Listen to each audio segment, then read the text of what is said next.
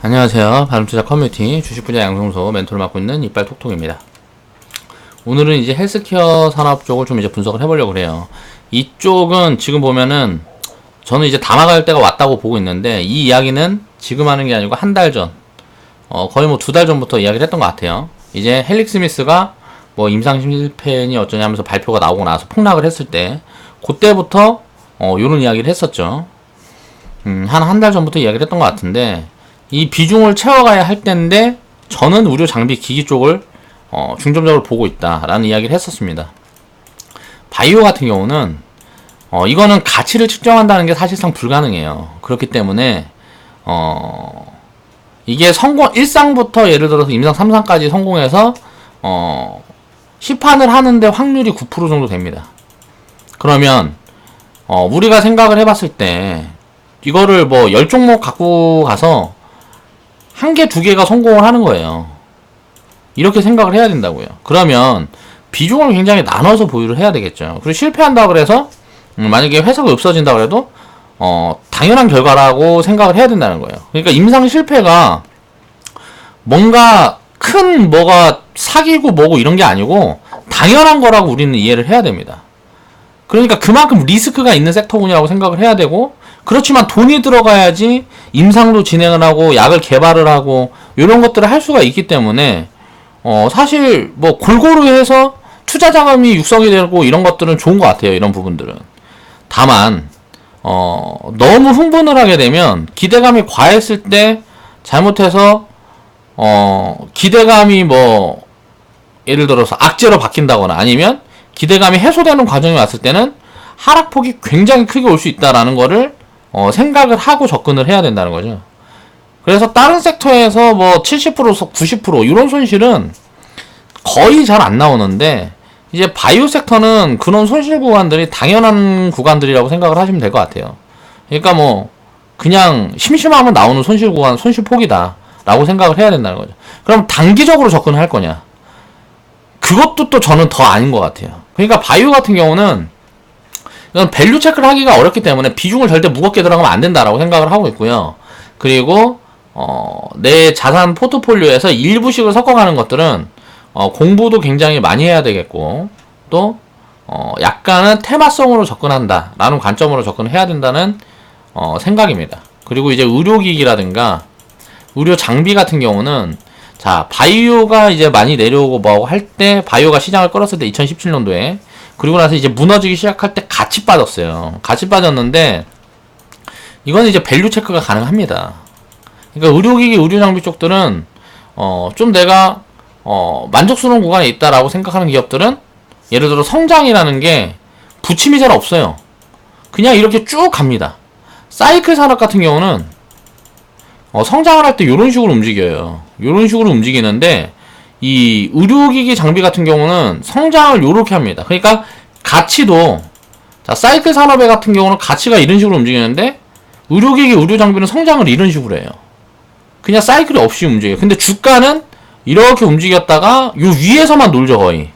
이 밑으로 들어간다는 거는 이게 저평가 구간에 들어가야 되는데, 요런 구간은 뭐 기업에 문제가 있지 않는 이상은 어지간하면 잘 나오지 않는 그런 섹터군이다 라고 생각하고, 포트폴리오가 어느 정도 사업 포트폴리오가 잡혀있는 기업들은 저는 굉장히 장기적으로 유망하다고 생각을 해요. 그리고 4차 산업이랑도 엮어서 볼 수가 있고요. 5G 깔리고 뭐하고 하면 이제 로봇이 수술하고 사람이 로봇을 이용해서 수술하고 뭐 이런 그런 부분들이 자꾸 성장을 하고 하게 되면 어떻게 될까요? 당연히 수요가 빠르게 늘어날 수 있겠죠. 그러니까 그런 부분들도 앞으로 미래 성장 가능성은 굉장히 높고, 밸류 체크도 가능하고 하기 때문에 이거는 뭐 마이너스 30%, 마이너스 50% 빠지면 결국은 이게 저평가 구간에 있다 그러면, 이렇게 지금 사서 만약에 이렇게 빠진다 그래도 그 되돌림 구간은 다 만들어줄 수 있다. 근데 바이오는 한번 꺼지면 이게 살아날 수 있을지 없을지가 굉장히 불확실하다는 거예요. 그래서 이런 부분들을 리스크에 대한 관점으로 보면 요런 쪽은 조금 비중을 어느 정도 채워가도 되지 않나 라고 생각을 합니다. 제약기업 같은 경우는 바이오랑 다른 게 뭐냐면 캐시카우가 있어요. 그러니까 쉽게 말하면 돈을 벌고 있는 품목들이 있고 여기에 이제 신약 개발을 하는 기업들이 신약 개발도 함께 하는 기업들이 함께 있다. 그래서 이제 제약 기업들은 이제 뭐 신약 파이프라인에 따라 다르겠지만 캐시카우가 있기 때문에 유상증자라든가 감자라든가 요런 게 지속적으로 막 계속 진행이 되면서 뭔가 투자 가치를 훼손할 가능성이 훨씬 적다. 그렇게 보면 될 것 같아요. 그래서 가장 매력적인 건 저는 이제 의료기기, 의료장비 쪽이라고 생각하고, 그 다음에 이제 제약. 바이오 같은 경우는 파동이 크기 때문에, 테마 관점으로 비중을 좀 약하게, 그렇게 보는 게 좋다고 생각을 합니다. 지금 보면 HLB, 헬릭스미스 신라젠. 여기에 이제 얼마 전에 뉴스에서 봤는데, 이제 거래대금이 한 50% 정도 몰렸다. 코스닥 전체 거래대금에 요 세 종목에 50% 이상 몰렸다. 뭐 이런 이야기를 해서 이거는 정상이 아니라고 생각을 합니다. 개인적으로. 그만큼 지금 쏠림이 과하다고 생각을 하면 돼요. 그럼 투기성으로 자금들이 움직이는 자금이 여기 들어갔다라는 거죠. 그럼 매도 압력이 거세질 수 있겠다. 라고 보면 될 것 같고, HLB 같은 경우는 지금 이제 시총이 4조에서 5조 정도 되는 것 같은데요. 요거는 이제 거의 뭐 임상 승인으로 봐도 되지 않나. 그러니까 임상 성공으로 봐도 되지 않나 라고 생각을 합니다. 일단 임상 3상을 종료해놨고, 유럽 아마케에서 이게 뭐 3,000개가 뭐 발표를 하는데, 3,000개 기업들이 발표를 하는데, 여기에서 3개 안에 들었대요. 그럼 이게 뭐 1000분의 1 아니야, 1000분의 1. 그러니까 미 FDA에서도, 그러니까 유럽 아마케에서 이걸 심사하는 사람들도 보면은 뭐 유명한 사람들이란 말이에요. 그 이쪽 헬스케어, 그러니까 뭐 신약 관련된 부분에서 뭔가 유명한 사람들이 이걸 하겠죠. 그러니까 뭔가 뭐라 그래야 돼? 네임밸류가 있는 사람들이 이런 것들을 한다는 거죠. 거기에서 이제 탑3 안에 들었다. 그러면은 이거는 잘 나왔다고 인정을 해줘도 된다는 거죠.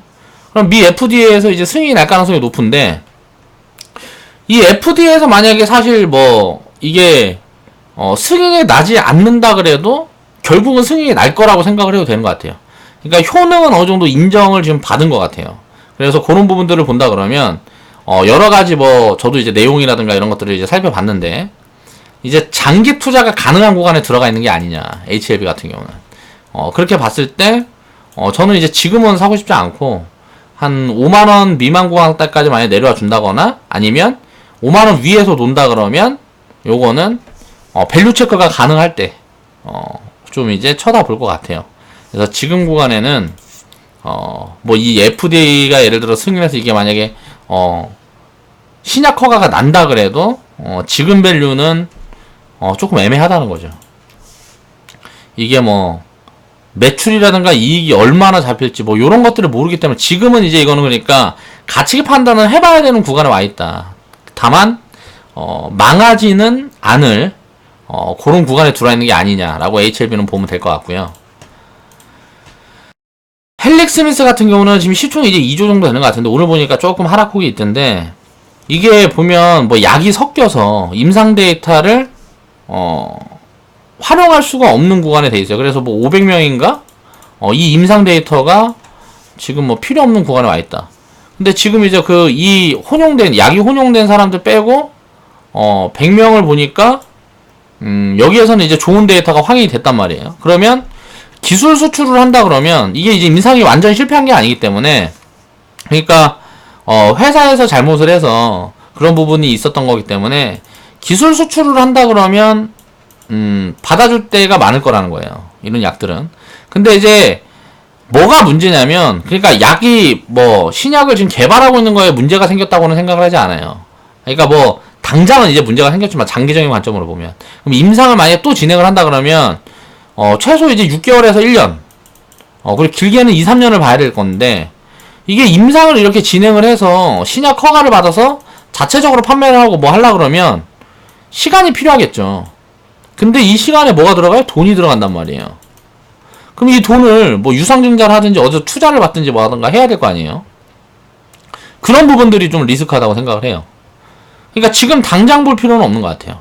나중에는 만약에 지금 주가 위치에서 6개월 후다, 뭐 1년 후다, 그러면은 살짝 만약에 주가 수준이 높다 그래도 더 낮을 가능성도 있고 높을 가능성도 있겠죠. 근데 제가 봤을 때는 타이밍상 지금은 이제 뭐 변수가 너무 많다는 거지.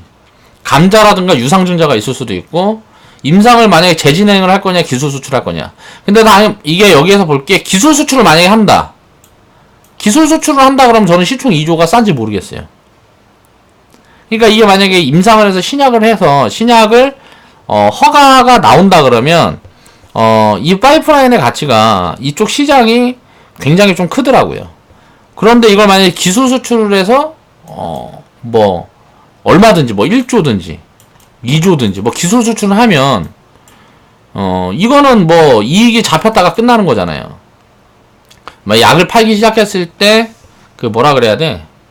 그걸 뭐라 그러지? 로열티를 받는 부분들은 훨씬 작을 거고. 그러니까 기술 수출을 하면 사실 지금 시총이 이게 조금 애매한 것 같아요. 근데 이게 만약에 임상을 재진행을 해서 그 자금 확보만 돼가지고 이거를 뭐 신약으로 만약에 내놓는다, 요런 구간까지 진행이 된다 하면 의미가 있을 거라고 생각을 하는 거죠. 그러니까 지금 데이터로 보면 뭐 약이 섞여갖고 뭐 문제가 된 부분, 된 환자들 말고 나머지 데이터를 보면 이게 굉장히 데이터가 괜찮다 라는 내용이에요. 근데 지금 문제는 뭐냐면 6개월 1년이 걸린다는 거지, 시간이. HLB 같은 경우는 FDA 승인 나면은 이제 막 사업 준비를 시작을 할 수가 있단 말이야. 약을 팔고 홍보를 하고 아니면은 어디랑 뭐 계약을 한다든가 뭐 요런 것들이 가능한 구간에 있는데, 헬릭스미스는 앞으로도 시간이 걸릴 거라는 거죠. 그리고 가장 문제가 뭐냐면 자금을 확보를 해야 된다는 거예요. 그럼 자금을 확보하려면 뭐가 있겠어요? 뭐 CB를 발행한다든가 아니면 뭐 유증을 한다든가 감자를 한다든가 해야 되겠죠. 뭐 3자 배정 유증을 한다든가. 그러니까 이런 부분에 대한 불확실성이 있다는 거죠.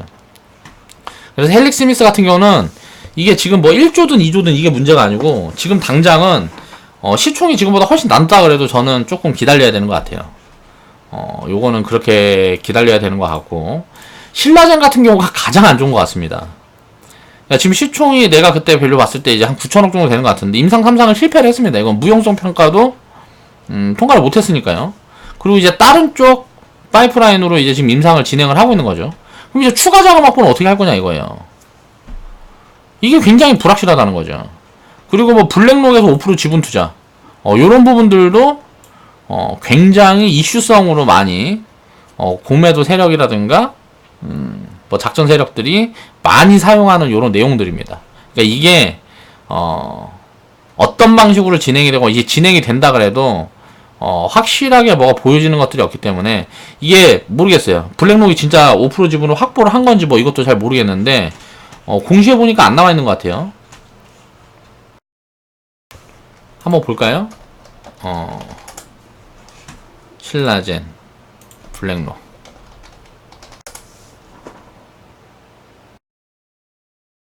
매입을 한 건가 보구나.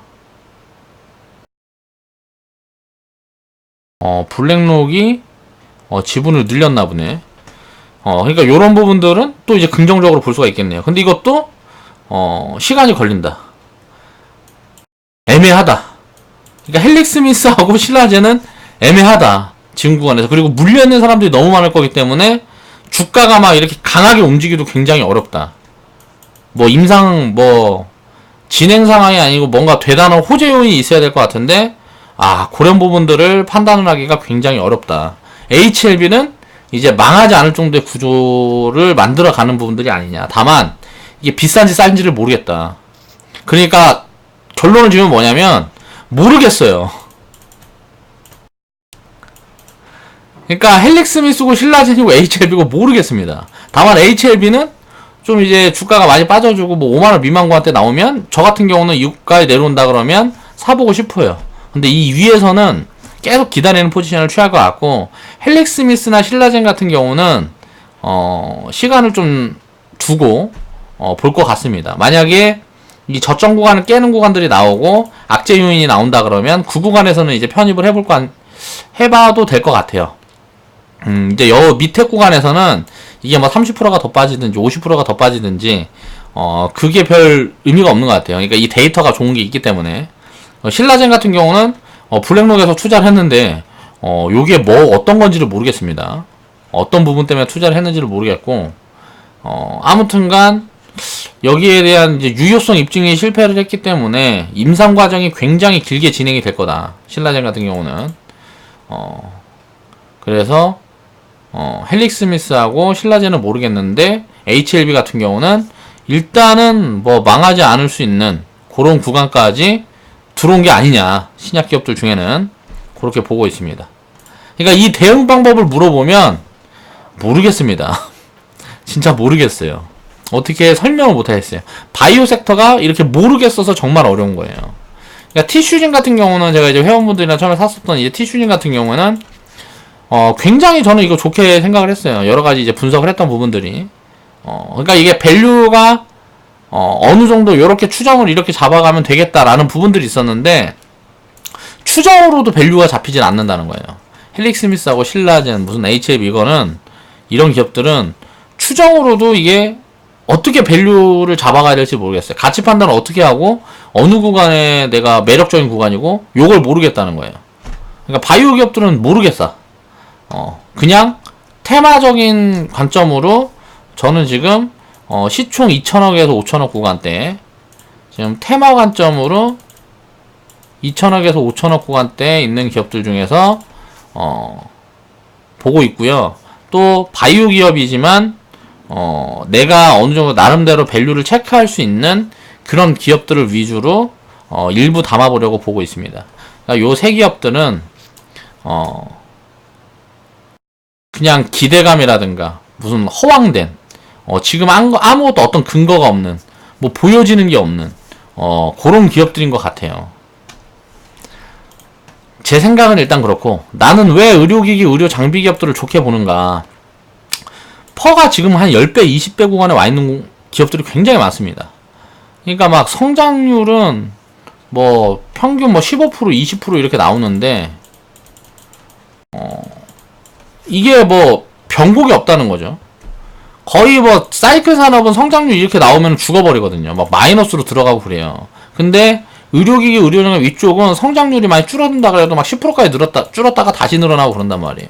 그러니까 성장에 대한 변동이 별로 없어요. 그러니까 새로 투자가 들어가는 부분들이라든가 이런 것들이 많이 없기 때문에 굉장히 좀 안정적이다. 오히려 그렇게 보고 있기 때문에 좋게 보는 겁니다. 자, 5G 보급으로 이제 로봇 수술 등 4차 산업을 기반으로 성장할 수 있는 틀을 갖췄다. 그런 게 요런 섹터라고 생각을 하고요. 전 세계적인 고령화로 의료 비용을 낮추기 위한 이제 투자 혜택, 투자 확대가 예상이 된다는 거죠. 요쪽도, 그러니까 의료 쪽도 사람을 쓰면 비용이 많이 들어가니까 뭐 수술비고 뭐고 다 비쌀 거 아니에요. 근데 요런 것들을 활용을 하게 되면 어떻게 돼요? 기계화가 되고 뭐하고 하면 수술 같은 부분에서도 당연히 비용을 많이 낮출 수가 있겠죠. 그렇게 되고 수요는 장기적으로 늘어날 게 거의 확실하기 때문에 비용을 낮추면 어떻게 돼요? 마진이 늘어날 거 아니에요. 그렇죠? 그리고 뭐 수요가 이렇게 증가가 확실하게 나온다 그러면 이쪽 관련된 기업들 중에서 약간 독점력을 갖고 있는 기업들은 굉장히 성장폭이 장기적으로 꾸준하게 크게 쌓아갈 수가 있다. 쌓여갈 수가 있다라고 보고 있는 거죠. 진입장벽이 높아서 업황을 안 타는 사업 구조를 가진 기업이 많다. 뭐 전부 다 그렇다라고는 말을 못하겠지만 의료기기, 의료장비 기업들 중에서도 신약 개발을 막 하고 있고 그런데 투자를 하고 있고 이런 기업들이 많이 있어요. 그런데 그런 기업들보다는 밸류 체크가 가능한 기업들이 좋게 보고 있는 거고요. 업황을 일단 타지 않는다. 라는 게 굉장히 매력적인 섹터군이다. 라고 보면 될 것 같습니다. 경기에 따른 변동성이 거의 없다는 거죠. 자, 성장을 이렇게 하면 경기에 따른 변동성은 없는데 주가는 이제 많이 비싼 구간에 있을 때는 장기적인 관점에서도 신규 편입을 하기가 굉장히 조금 애매한데 이제 밸류가 지금은 굉장히 제가 생각했을 때 저평가라고 보기는 어렵지만 적정가치 구간까지 와 있는 것 같아요. 적정가치 구간까지 와 있는데 성장을 꾸준히 해나가면 어떻게 돼요? 당연히 수익이 날 수 있는 그런 구간이라는 거죠. 그리고 현재 섹터 평균을 봤을 때 저평가 구간인 종목들은 많이 없어요. 근데 있긴 있더라고. 그런 종목들을 위주로 담아가는 거고 적정가치 구간이라는 판단이 든다. 그렇다면 투자해볼 만하다. 지금 구간에서 어느 정도 빠진다 그래도 버티면 다 돌려줄 거라는 거죠. 결국은 주가는 같이 연동이 되니까. 자, 시총이 작아서 업사이드가 크게 만들어질 기업들이 많다. 또 이쪽에 보니까 시총이 굉장히 작은 기업들이 많아요. 그런데 이익은 꾸준히 내고 있는 기업들이 많단 말이에요. 그런 기업들을 이제 골고루 담아놓으면 좋은 결과를 만들어낼 수 있을 것 같아요. 바이오에 몰린 투기 수요 쏠림으로 인해서 상대적으로 버블이 약하거나 없다. 버블이 있는 종목들도 있는데 바이오나 뭐 이런 쪽에 비교하면 훨씬 약하고요. 그리고 버블이 거의 없습니다. 그리고 시총도 굉장히 작아요. 그렇기 때문에 앞으로 성장 가능성이 굉장히 높다 라고 보고 있습니다. 단기적으로 30% 50% 이렇게 하락이 만들어진다 그러면 저평가 구간에 들어선다. 절대 저평가 구간에 들어서면 어떻게 돼요? 더 사면 되겠죠. 지금 사서. 근데 이 구간이 올지 안 올지를 모른다는 거예요. 그렇기 때문에 지금부터 저는 다 먹어야 된다고 보는 거고요. 바이오는 보세요. 신라젠 같은 경우는 고점에서 90% 빠졌습니다. 90%. 근데 아직도 모르겠어요. 이게 지금부터 올라갈 수 있을지를 모르겠다고. HLB 같은 경우는 바닥에서 이렇게 빠졌는데 이건 이제 임상 실패했다고 하고 여기서 이렇게 빠졌는데 그게 성공으로 바뀌면서 올라갔는데 이게 싼지 비싼지 모르겠어요. 이게 올라갔으면 비싸다는 그게 알아야 되는데 모르겠다고. 헬릭스미스 같은 경우도 마찬가지예요. 그러니까 바이오는 뭐예요? 전부 다 바이오는 기대감이란 말이에요. 기대감이 생기면은 이빨이 올랐다가 기대감이 꺼지면은 폭락하고. 근데 이 폭락했을 때도 이게 싸다 라는 걸 모른다는 거죠. 그렇기 때문에 비중을 많이 들어가면 안 된다는 거예요. 테마 관점으로 접근을 해야 된다고 이야기를 하는 거고요. 근데 의료기기나 의료장비 쪽은 밸류, 성장성 다 좋아 보인다는 거예요. 그러니까 요런 쪽을 봐야 된다는 거죠. 제약 바이오 기업은 시총 5천억 미만 기업들에 관심을 가져보자. 임상 과정을 쭉 살펴보니까 전 세계적으로 보면 이상이 확률이 제일 낮아요. 30% 정도 확률인데 여기에서 좋은 이야기가 나오고 하면 상승 파동이 가장 크고 가장 강하게 나오더라고요. 그리고 3상을 보면 3상을 성공을 해도 자 주가는 선반영 해놓고 이렇게 빠지는 경우가 많아요. 그리고 이제 자기 가치를 찾아가는 거죠. 그러니까 3상을 성공을 했다고 예를 들어서 뭐 바닥에 1000% 올라서 3상 성공했다고 여기서 또 1000% 올라가고 이게 아니라는 거예요. 요런 부분들을 이해를 해야 된다. 그리고 신약 기업들은 특히 투자 비용이 계속 발생을 하기 때문에 진짜 블록버스터 신약을 갖고 있지 않은 기업들은 굉장히 꾸준한 성장을 만들어가기가 어려워요. 바이오 기업들은 그런 부분에 대한 리스크가 있다는 걸 알고 투자를 해도 투자를 해야 된다. 바이오 기업의 투자 전략은 자 10개에서 100개 기업에 투자를 해가지고 10%만 성공하면 된다. 왜? 100개 중에 1개 성공하면 되는 거 아니에요. 100개 중에 1개가 100개 중에 1개가 1000% 수익 나면 본전 되잖아요. 자, 2개가 1000% 수익 나주면 어때요? 그러면 1% 수익이 생기는 거고 이게 10개가 되면 10% 수익이 생기는 거고 그러니까 이만큼 파동이 크기 때문에 요런 개념으로 투자를 해야 된다는 거죠.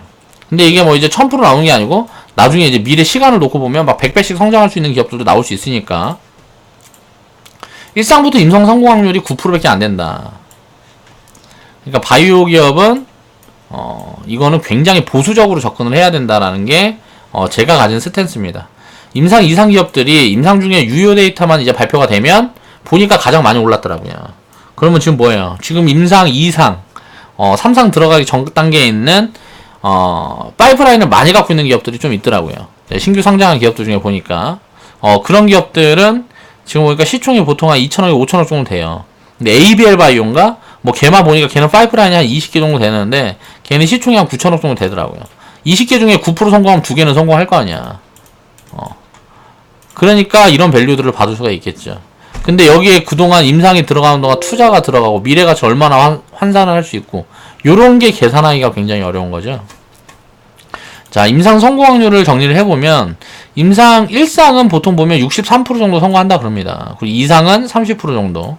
자, 3상은 58% 정도 성공하는데 여기에서 신약 중에 유전자 신약이 이게 블록버스터예요. 지금 헬릭스미스가 임상 진행 중인 게 이런 유전자 관련 임상이죠. 그러니까 이런 거는 터지면 뭐 진짜 블록버스터가 될 가능성이 높은데 임상 뭐라 그래야 되지? 성공 확률은 낮다라고 생각을 하시면 될 것 같아요. 그리고 그렇게 임상을 진행하고 있는 기업들 중에도 시총이 작은 기업도 있으니까 오히려 시총이 작은 기업들을 보는 게 확률적으로 유리하지 않나라고 생각을 합니다. 개인적으로. 그래서 바이오 기업인데 지금 캐시카우도 없는데 시총이 뭐 2조고 5조고 막 이거는 좀 제가 생각했을 때는 굉장히 좀 리스크한 시총인 것 같아요. 기존 캐시카우가 있는 신약개발 제약기업들도 관심을 가져보자. 그러니까 캐시카우가 있다는 게 뭐예요? 지금 판매해가지고 돈을 벌어들일 수 있는 수익 구조가 있다는 거죠. 그런 기업들은 수익을 덜어서 신약을 한다 그러면 어때요? 신약 개발한다 그러면 리스크가 약하겠죠. 그러니까 이런 부분들을 보는 거고, 셀트리온 헬스케어, 삼성 바이오로직스는 장기적으로 망하기 어려운 구조를 지금 만들었다고 개인적으로 보입니다. 저는 이제 삼성 바이오로직스보다는 이제 셀트리온 헬스케어가 좋다고 보는데, 10년 후, 20년 후에 보면 100조 시총도 가능하지 않을까라고 개인적으로 생각을 하고 있어요. 이게 보면 시밀러 쪽은 이게 약가 인하가 이게 악재라고 많이 이야기를 하는데 전 세계적으로 이제 뭐 의료비를 낮추기 위한 노력들을 굉장히 많이 한단 말이에요. 그러면 이 시장을 놓고 보면 굉장히 장기적으로 성장을 할 수 있는 가능성이 굉장히 높다고 보여져요. 그리고 복제약이기 때문에 없는 신약을 만들어내는 것보다 리스크가 훨씬 작죠. 그리고 뭐 이미 수익 구조를 만들어 놓은 기업이기 때문에 순수 바이오라고 본다는 것도 조금 애매하다고 생각을 하고요. 셀트리온 헬스케어 같은 경우는 셀트리온에서 만들어낸 신약들을 이제 유통하는 유통회사라고 볼 수가 있고, 삼성 바이오로직스는 그러니까 말 그대로 삼성 바이오로직스는 삼성에서 삼성 계열의 제약회사죠. 근데 이게 보면은 캐파 같은 경우는 삼성이 전 세계 1위라 그러고, 셀트리온 헬스케어는 지금 보유하고 있는 파이프라인이 좀, 셀트리온 같은 경우는 보유하고 있는 파이프라인이 매력적으로 보이고, 요거를 지금 이야기를 하는 이유가 뭐냐면, 셀트리온 헬스케어 같은 경우가 지금 한 2년 후 3년 후 추정치를 보면 지금 밸류가 한 20배 30배 정도에 있는 것 같아요. 근데 이게 업사이드가 나올 가능성이 굉장히 높다고 보고 있어요. 그러니까 예상보다 업사이드가 진행이 될 가능성이, 그러니까 더 잘 나올 가능성이 2년 후 3년 후에 높다고 보고 있으면, 지금 가치로 봐갖고는 이게 답이 안 나오는데 요런 미래 가치를 넣고 분석을 해보면 이거는 그렇게 크게 나쁘지 않은 거. 그리고 지금 구간에서 만약에 주가가 뭔가 어떤 악재를 뚜껑에 맞아갖고 한 30% 50% 빠진다, 그러면은 뭐 진짜 역사적인 거의 뭐 저평가 구간에 들어가는 게 아니냐 라고 생각을 합니다. 그런 구간이 만들어지는 가능성이 굉장히 약하다라고 개인적으로 생각을 하고 있는 거고요. 그러니까 이게 저가가 지금 셀트리온 헬스케어 보니까 예, 저점이 한 38,000원 잡혀있고 지금 한 5만원 정도 되는 것 같은데 5만원 미만 구간에서는 저는 이제 좀 좋게 보입니다. 선대응을 이제 장기적으로 이제 끌고 가면 무조건 수익이 날 수 있는 포지션인 것 같아요. 그러니까 망하기가 어려운 구조를 만들었다는데 굉장히 점수를 많이 주는 거고요. 그럼 바이오를 살 거면 요거는 담아놓고 보는 게 좋을 것 같아요. 전체 계좌 비중은 이제 10% 미만으로 운영을 하고 싶다. 제약 바이오 쪽은. 제약 바이오 쪽은 10% 이하로 운영을 하고 싶은데, 헬스케어 기업은 만약에 매력적인 종목만 많다 그러면, 장기적으로 매력적인 종목만 많다 그러면 비중을 20% 30%까지도 채워도 될 것 같아요. 그런데 그런 기업들이 그만큼 숫자가 나오진 않아요. 제가 분석을 해보니까 지금 상장되어 있는 기업들 중에 그렇게 밸류를 체크하고 밸류가 매력적으로 보여지는 종목들이 그렇게 많이 채울 만큼, 내가 비중을 많이 채워갈 만큼 종목 수가 그렇게 없더라. 오늘 그래서 제가 나름대로 제가 가진 스탠스, 내가 가진 방향, 내가 가진 생각을 기준으로 분석을 해봤는데요. 바이오는 제가 이제 좋게 보는 기업들이 몇 개 있어요. 회원방송에서 이제 회원분들한테 이야기하고 있는 기업들이 있는데, 그런 기업들은 이제 뭐 가치를 반영하기 쉬운데, 예를 들어 볼게요. 예를 들어 시장 가치가 어떤 신약이 있어요. 어떤 신약이 있는데 이걸 임상 중인데 이 시장 가치가 예를 들어 5조다. 근데 이 약을 팔고 있는 회사가 뭐 2개, 3개다. 그러면은 이게 예를 들어서 3등분 하면 뭐 1조 5천억. 이게 성공만 하면 각각 기업이 예를 들어서 여기에서 이 정도까지만 키운다 그러면 캐시카우로 1년에 예를 들어서 시장이 5조다. 근데 1년에 캐시카우를 얼마나 만들 수, 이런 것들이 추정이 가능하단 말이에요. 바이오 기업들도. 근데 시장이 예를 들어 50조인데 50조 100조인데 관련 약을 파는 기업들이 예를 들어 5개 막 20개 막 이렇게 된다. 이거는 마케팅하는 데만 해도 비용이 엄청나게 들어갈 거고, 신약 성공을 해도 팔아먹기도 굉장히 그러니까 굉장히 어려운 거죠. 밸류를 체크하기가 굉장히 어렵다는 거예요. 그러니까 미래에 임상을 성공한다 그래도 이게 얼마일지를 모르는 거예요. 이 가치가, 이 신약의 가치가 얼마일지를 체크하는 게 너무 어렵다는 거죠. 이게 가능한 기업들이 있어요. 그러니까 그런 가능한 기업들 중에 티슈젠도 그랬어요. 인보사 같은 경우도 제가 판단했던 건 뭐냐면, 이게 뭐 시총이 2조 정도 됐을 때, 인보사가 시총이 2조 정도 됐을 때, 야, 기술 수출 뭐 계약 맺어 있는 것만 딱 보니까 미임상이 성공하게 됐을 때 어떻게 되고 이렇게 계약 맺어 있는 것만 보니까 이게 대충 한 3조에서 한 6조 정도. 기술 수출이 이제 계약이 돼 있는 부분이, 그러면 여기에서 이제 빠다리가 절반이 난다 그래도 한 3조 정도는 봐줄 수 있으니까, 그러면 요런 부분에서 이 정도 가치는 충분히 받을 수 있겠다 라고 생각을 한 거죠. 그리고 또 약을 팔아서 기존에 있는 캐시카우들도 가지고 있으니까 요렇게 생각을 했기 때문에 이 가격은 비싼 가격이 아니다 라고 판단을 했던 거고, 그러니까 인보사 같은 경우 약을 팔고 있었기 때문에 그 약이 문제가 돼서 판매되는 게 판매가 중단되고 요럴 줄은 상상도 못했던 거죠. 근데 지금 뭐 HLB라든가 뭐 헬릭스미스, 신라젠 같은 경우는 기존에 팔고 있는 캐시카우도 하나도 없어요. 그리고 그 신약의 가치가 얼마라는 것도 판단하기가 굉장히 어렵다는 거예요. 그렇기 때문에 어려운 거예요. 그래서 알 수가 없다. 알 수가 없으면 어때요? 당연히 비중을 낮춰서 하든가 아예 안 해야 된다는 거죠. 그래서 헬스케어 쪽은 계속 이야기하지만 밸류 체크가 가능한 쪽에다 비중을 싣는 거고, 밸류 체크가 가능한 쪽에 비중을 채워가야 될 때라고 생각을 하는 거고, 그렇지 않은 기업들은 공부량을 남들보다 훨씬 많이 알아야 된다는 거죠. 공부를 굉장히 많이 해서, 아니면 이게 어떻게라도 추정치를 잡아갈 수 있을 정도가 돼야 이게 예를 들어서 이제 장기 투자를 할 수가 있다는 거예요. 그렇지 않은 구간에서는 장기 투자 자체가 불가능하다고 생각을 하기 때문에 어렵다, 바이오는. 똑같은 얘기를 굉장히 좀 이렇게 저렇게 자꾸 얘기를 한 것 같은데, 요런 습관을 좀 고쳐야 되는데, 제가 방송을 하다 보면 진행이 깔끔하지 못한 게 항상 아쉽습니다. 아무튼 오늘 방송은 여기서 마무리하겠습니다.